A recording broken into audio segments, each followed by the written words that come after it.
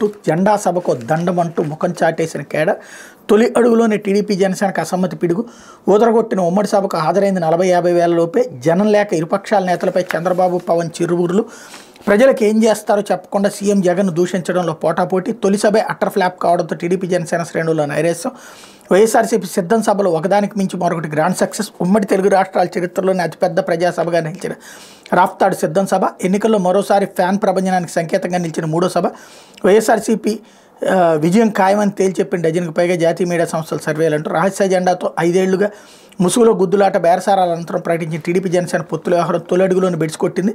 పొత్తులు కుదిరాక తొలిసారిగా బుధవారం పశ్చిమ గోదావరి జిల్లా తాడేపల్లిగూడెంలో నిర్వహించిన జెండా సభ జనం లేక వెలవెలబోయింది. పొత్తుల పేరుతో తమకు సీట్లు ఇవ్వకపోవడాన్ని నిరసిస్తూ ఉమ్మడి ఉభయ గోదావరి జిల్లాలకు చెందిన పలువురు కీలక నేతలు కేడర్ ఈ సభను బహిష్కరించి దూరంగా ఉండటం గమనార్హం.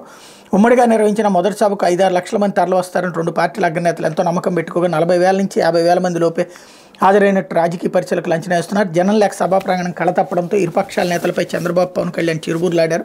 తీవ్ర నిరాశ నిస్పృహకు గురైన వాళ్ళిద్దరూ తాము అధికారంలోకి వస్తే ప్రజలకు ఏం చేస్తామని చెప్పకుండా సీఎం జగన్పై పోటీపడి దోషులకు దిగారన్నటువంటి కోణాన్ని హైలైట్ చేశారు. అయితే అమరావతిలో ప్రత్తిపాటి దోపిడీ అంటూ